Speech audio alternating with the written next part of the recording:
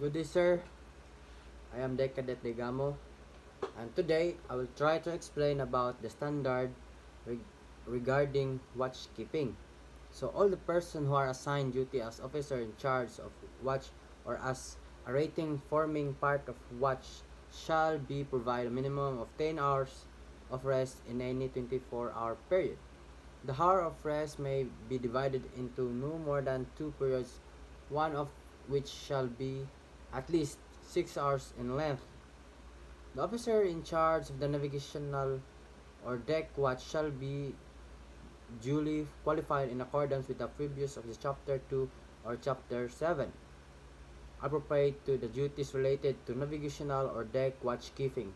Prior to each voyage, the master of every ship shall ensure that all the intended route from the port of departure to the first port of call is planned using adequate and appropriate charts and other nautical publication necessary for the intended voyage, containing accurate, complete, and up-to-date information regarding those navigational limitations and hazard which are of a permanent or predictable nature and which are relevant to the safe navigation of the ship.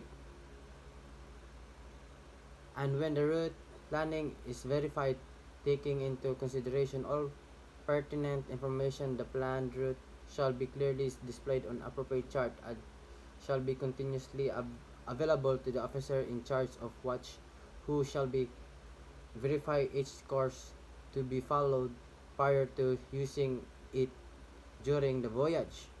And if a decision is made during voyage to charge the next port of call of planned route, or if it is necessary for the ship to deviate substantially from the planned route for other reason, then an amended route shall be planned prior to deviating substantial from the route original planned. The master officer and rating shall be aware of the serious effect of the pollution or accident, pollution of the marine environment, and shall be take responsible precaution to prevent such pollution, particularly within the framework of relevant international and port regulation.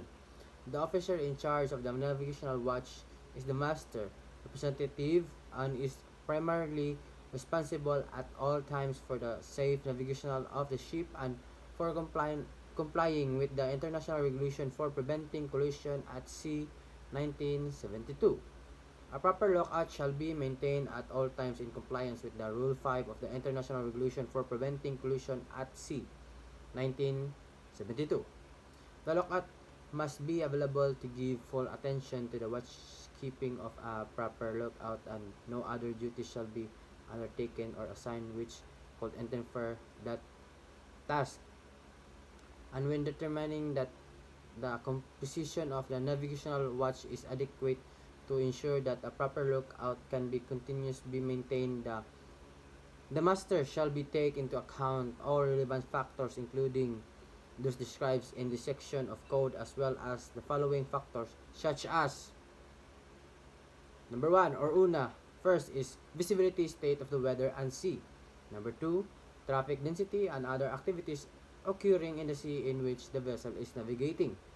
Number 3, attention necessary when navigating in or near traffic separation scheme or other routing measure. The additional workload caused by the nature of the ship's function, immediate operating requirement, and anticipated maneuvers. Number 5, fitness for duty of any crew members on call who are assigned as member of the watch. Number 6, knowledge of and confidence in the professional competence of the ship's officer and crew. Number 7, the experience of each officer of the navigational watch and the familiarity of the officer with the ship's equipment, procedure, and maneuvering capability. Number 8, activities taking place on board the ship at any particular time, including the radio communication activities and the availability of the assistance to be summoned immediately to the bridge when necessary. And number 9, the operation status of the bridge station and controls, including alarm system. And lastly, um, I can say for this is it is the most importantly for the safety of the ship and crew.